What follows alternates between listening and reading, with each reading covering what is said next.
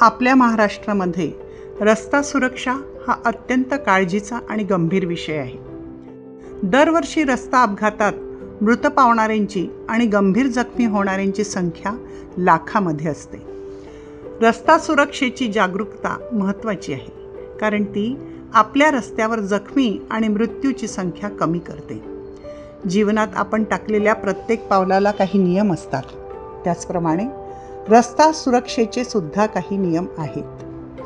आम्हाला वाहन चालवताना सुरक्षित ठेवण्यासाठी त्याचे पालन करणे खूप महत्त्वाचे आहे. दैनंदिन जीवनात सुरक्षिततेबरोबर रस्ता सुरक्षा नियमांचे पालन केल्याने आपल्याला सुरक्षित राहण्यास मदत होते.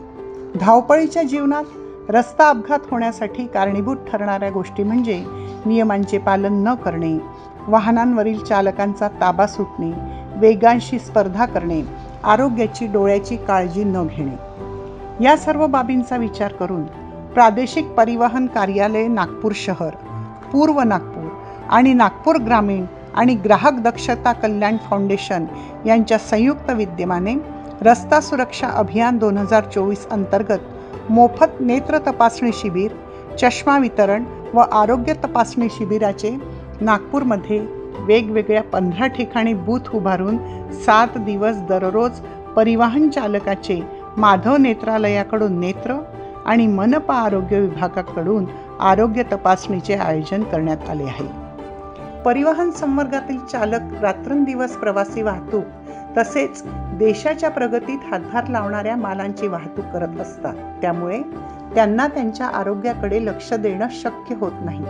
दृष्टिदोष व इतर गंभीर आजारांमध्ये वाहन चालवल्याने अपघातांचे प्रमाण वाढू शकते.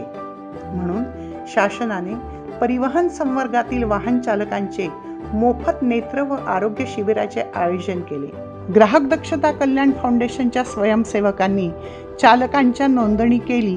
त्यामुळे जवळपास 9,400 चालकांनी आपले आरोग्य आणि नेत्र तपासणी केली. या शिबिरात मुख्यतः ट्रान्सपोर्ट करणारे म्हणजे ऑटो रिक्षा चालक, कचरा संकलन करणारे मिनी ट्रक चालक, नागपूर एसटीचे ड्रायव्हर कंडक्टर या सदरात बसणाऱ्या प्रत्येकाच्या आरोग्याची आणि डोळ्यांची मोफत तपासणी करून त्यावर मोफत उपचार देणे हा आहे.